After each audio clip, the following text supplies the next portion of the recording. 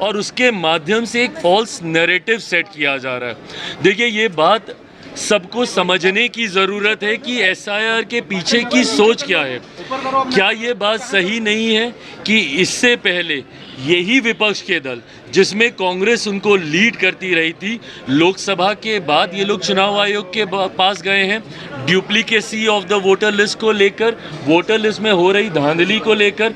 महाराष्ट्र चुनाव के बाद गए हैं, दिल्ली के चुनाव के बाद गए हैं, हर चुनाव के बाद गए हैं और इन्होंने वोटर लिस्ट में हुई धांधली को लेकर अपनी शिकायत चुनाव आयोग को दी है।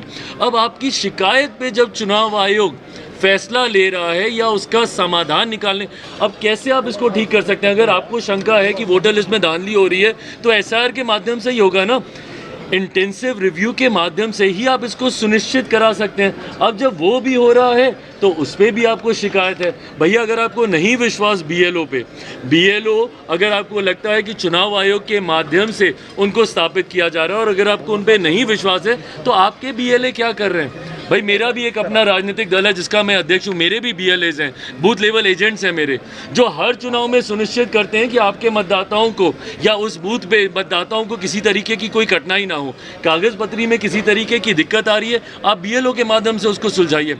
उसके बाद इसमें प्रावधान ये भी दे रखा है कि 3-3 स्तर पर आप अपील कर सकते हैं। उसके बाद भी आप लोगों को डराने का काम करें। और ये प्रक्रिया कोई पहली बार नहीं की जा रही है, देश में इससे पहले भी 4 बार हो गई और चारों बार इसी तरीके से की गई है। कोई नई चीज़ को हमारी सरकार ने, ये चुनाव आयोग ने इस बार जोड़ने का कार्य नहीं किया है। इसी तरीके से प्रक्रिया होती है। इस बार सिर्फ एक बदलाव जो किया गया है वो इतना कि टेक्नोलॉजी को जोड़ा गया। इससे पहले फिजिकली डॉक्यूमेंटेशंस आपको प्रोवाइड करने पड़ते थे, अब आप ऑनलाइन कर सकते हैं। तो विपक्ष सिर्फ और सिर्फ इसका राजनीतिकीकरण करके डराने का काम कर रहा है, जो ये हमेशा करते हैं। लोकसभा में भी डराया, आरक्षण खत्म हो जाएगा, संविधान खत्म हो जाएगा, लोकतंत्र खत्म हो जाएगा। सिर्फ डरा के लोगों का मत हासिल करना अब ये विपक्ष का काम रहेगा। राहुल गांधी जो जानबूझ के बोल रहे हैं तो फिर ईसीआई को ऐसी बातें? भाई, बिल्कुल जानबूझ के बोल रहे हैं। अगर आपको इतनी चिंता, कर लीजिए ना, हाउस में डिस्कशन चलने दीजिए, सत्र को, सदन को चलने दीजिए। सरकार ने तो बोला है सामने से कि भाई हम लोग हर विषय पर चर्चा के लिए हम लोग तैयार हैं, पर आप चर्चा ही नहीं होने देना चाहते। आप ऑपरेशन सिंदूर पे कराइए, एसआईआर पे कराइए, जितने आपके सवाल हैं। भाई, क्वेश्चन आवर भी तो माध्यम है जिसके माध्यम से आप सवाल हम लोगों से पूछ सकते हैं, आप पूछिए। बट हंगामा ही खड़ा करना आपका मकसद है तो फिर कोई और कुछ नहीं कर सकता। खाद्य प्रसंस्करण उद्योग मंत्रालय 25 से 28 सितंबर 2025 के दौरान भारत मंडपम, नई दिल्ली में अंतर्राष्ट्रीय mega food event world food India के चौथे संस्करण का आयोजन करेगा। नई दिल्ली, 23 जुलाई 2025। भारत सरकार का खाद्य प्रसंस्करण उद्योग मंत्रालय MAPI 25 से 28 सितंबर 2025 तक भारत मंडपम, नई दिल्ली में वर्ल्ड फूड इंडिया के चौथे संस्करण की मेजबानी करने के लिए तैयार है। इसी उद्देश्य से WFI 2025 के लिए कर्टेन रेजर इवेंट आज द ललित, नई दिल्ली में आयोजित किया गया।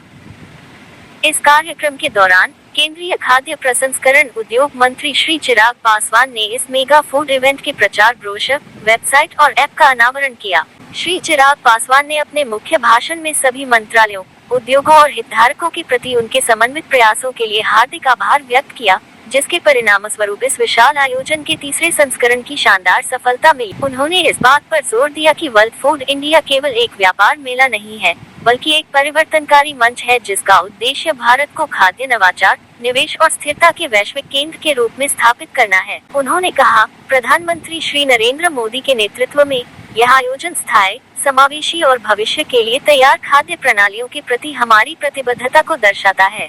श्री पासवान ने बताया कि वर्ल्ड फूड इंडिया 2025 का चौथा संस्करण अब तक का सबसे बड़ा आयोजन होगा, जिसमें 90 से ज्यादा देशों, 2000 से ज्यादा प्रदर्शकों और खेत से लेकर कांटे तक की पूरी खाद्य मूल्य श्रृंखला से जुड़े हजारों हितधारकों के शामिल होने की उम्मीद है। उन्होंने आगे कहा कि सभी हितधारकों के निरंतर समर्थन से हमारा लक्ष्य इस आयोजन को नई ऊंचाइयों पर पहुंचाना है और खाद्य प्रसंस्करण उद्योग में अधिक सहयोग और नवाचार को बढ़ावा देना है। खाद्य प्रसंस्करण उद्योग मंत्रालय के सचिव श्री अविनाश जोशी ने सकल मूल्य संवर्धन GVA में इस क्षेत्र के महत्वपूर्ण योगदान और दूध, बाजरा और दालों के प्रसंस्करण में इसके नेतृत्व पर प्रकाश डाला। विश्व खाद्य भारत 2025 जैसे समावेशी मंचों के महत्व पर जोर देते हुए उन्होंने वैश्विक सहयोग, नवाचार और निवेश को बढ़ावा देने के लिए विषयगत प्रौद्योगिकी प्रदर्शनियों, क्रेता विक्रेता बैठकों और सीओ गोलमेज सम्मेलनों की घोषणा की। मंत्रालय को उम्मीद है कि इस आयोजन को पिछले आयोजनों की तुलना में और भी अधिक सार्थक और प्रभावशाली बनाने के लिए सभी हितधारकों से उच्च स्तर का समर्पण और सक्रिय भागीदारी देखने को मिलेगी। मंत्रालय द्वारा विश्व खाद्य भारत 2025 पर एक व्यापक प्रस्तुति दी गई, जिसमें शिखर सम्मेलन के प्रमुख विषयों को रेखांकित किया गया। इस अवसर पर कई आधिकारिक लॉन्च किए गए। विश्व खाद्य भारत 2025 ब्रोशर का विमोचन, वेबसाइट और मोबाइल एप्लीकेशन का शुभारंभ की कृषि प्रसंस्करण उपलब्धियों और महत्वाकांक्षाओं को दर्शाने वाले आधिकारिक प्रचार वीडियो का अनावरण। कर्टेन रेजर ने न केवल WFI 2025 के विजन और एजेंडे को साझा किया, बल्कि खाद्य सुरक्षा, स्थिरता और नवाचार को आगे बढ़ाने के भारत के व्यापक मिशन को भी प्रदर्शित किया।